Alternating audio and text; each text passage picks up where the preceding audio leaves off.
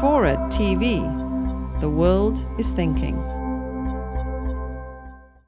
The only thing that has sustained the economy, because the economy cannot be sustained without buying power, so that things that we produce are bought. The only thing that has sustained the demand side of the economy for 30 years has been four things. First, more women went into the workforce, so more families had two breadwinners. Second, we've worked longer.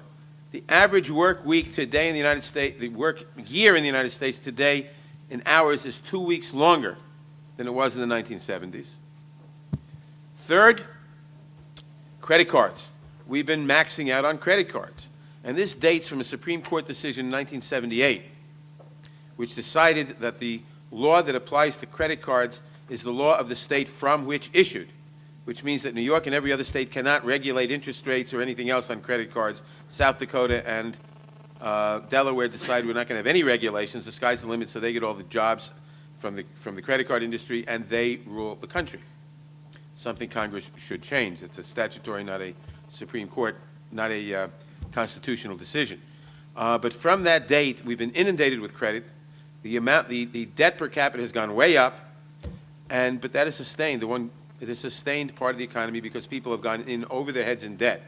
The final thing that has sustained the economy, that has sustained the demand side of the economy, is people borrowing on home equity loans against higher home values. Well, this is gone now. There's a limit that people are maxed out on their credit cards. Home equity loans are not going to be too much of a benefit to the economy when values are declining and you can't get home equity loans. So we're not going to be able to depend on this. But that's what has sustained the economy.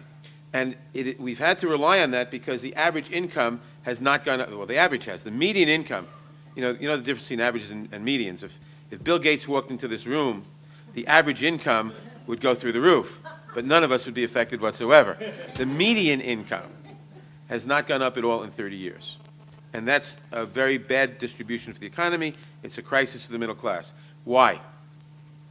Well, good-paying manufacturing jobs have disappeared. Disappeared because of trade policies, disappeared for other reasons, but good-paying manufacturing jobs have disappeared, and poorly paid service jobs have increased. But why were the manufacturing jobs good-paying? Because they were unionized. And we've been in a war against unions in this country since PATCO in 1980. And that has got to be reversed. Studies show that 62% or more or 60% of working people would like to be in unions, but you all know the problems of trying to organize under our current regime. That is something that has to be reversed, too, if we're going to have a middle class. The middle class was created, to a large extent, by the union movement, and it can only be sustained by a free trade union movement. Now, I'm not suggesting that a greater percentage of people being in unions would solve all the problems faced by the middle class, but they would certainly provide a basis and a foundation for the solution to all these problems. There are other factors, of course. Transportation costs are rising as spending on infrastructure is declining. If you want to know when the Roman Empire was declining, you just looked at when the Romans stopped maintaining the roads.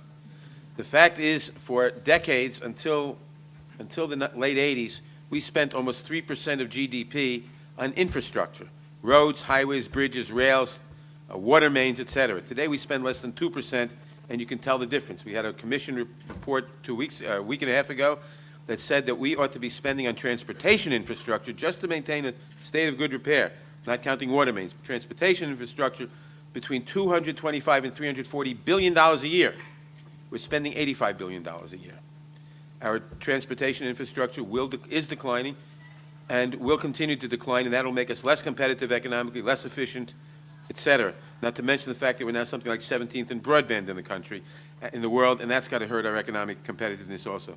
So we've got to deal with all these issues, but primarily we've got to deal with the issue of income distribution and fairness in the economy and the structures to produce that, because otherwise you won't have a middle class and you won't maintain the demand on the economy that is necessary to maintain a functioning economy so that we can sell our services.